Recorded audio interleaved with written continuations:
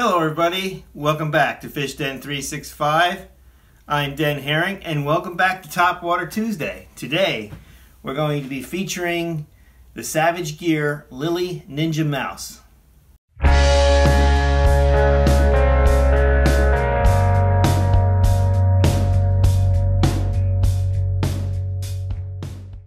Okay, so we have a bait here from Savage Gear. It's another mouse bait.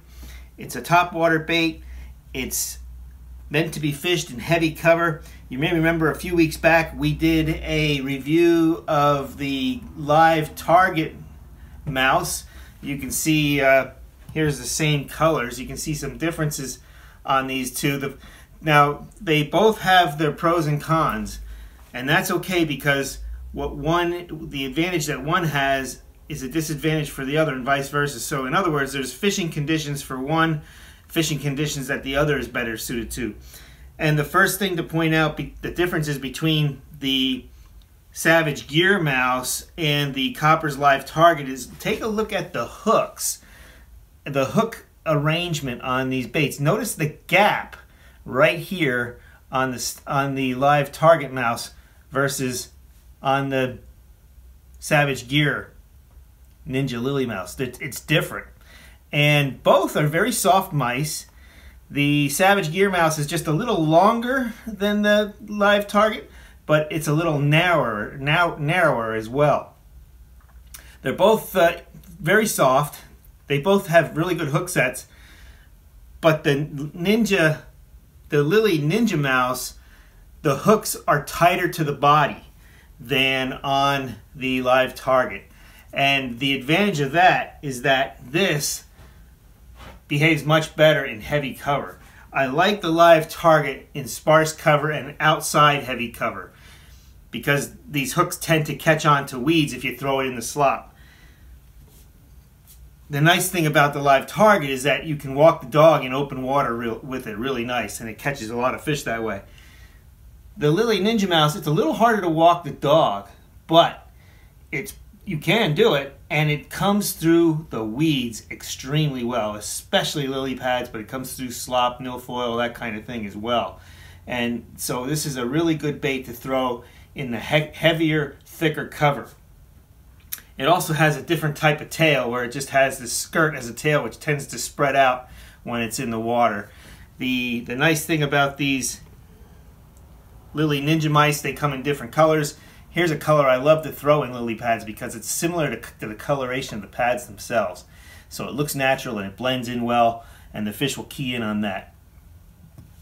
I like white when I'm fishing more in stump areas, the areas with lots of wood and stump. I like to use the white one.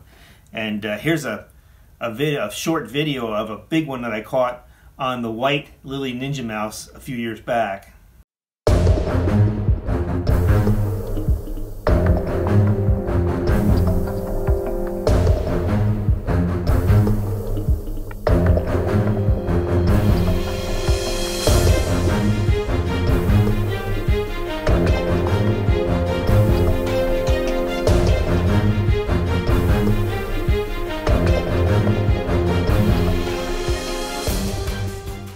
I also like to fish the gray mouse as just a change up, especially throwing this in pads and heavy cover as well. So you might be wondering, well, why are you showing these mouse videos more than the topwater frog videos? Because frogs, you know, they're more popular than these mice. And that's the reason why I'm doing it. Don't worry, the frog videos are coming. I already did one frog, the Teckle Honker frog. That's kind of a hybrid in that it's a little bit of a frog, a little bit of a toad. But I have a bunch of frog videos coming up in the near future on Top Water Tuesdays.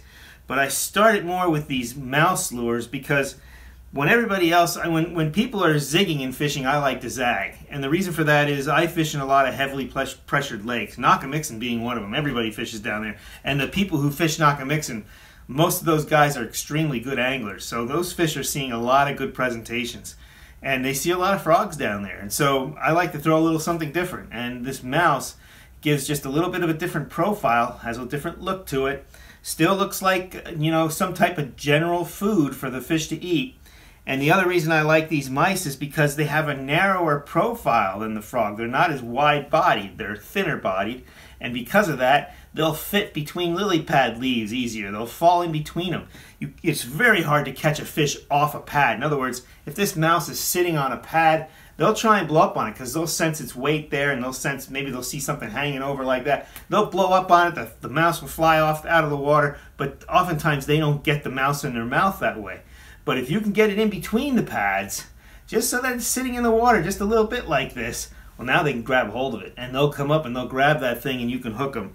So that's another reason why I like the narrower profile, that narrow profile of the Lilly Ninja mouse in those kind of conditions. The hooks on this bait, they're razor sharp.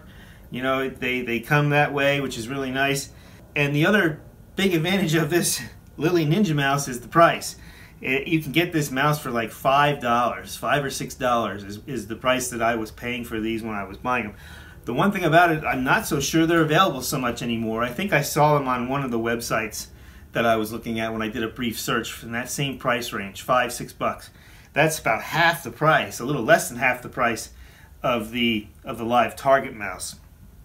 So definitely a place for live target. I love this mouse when walking the dog in semi-weeded up water and a little bit of more open water near heavy cover. But I like the Lilly Ninja mouse when it comes to heavy cover and throwing it right in the midst of things. Well, if you found this video helpful, please give me the thumbs up. Don't forget to subscribe to the channel. Please share with your friends. Get the word out there. Let them know that there's this Topwater Tuesday series going on.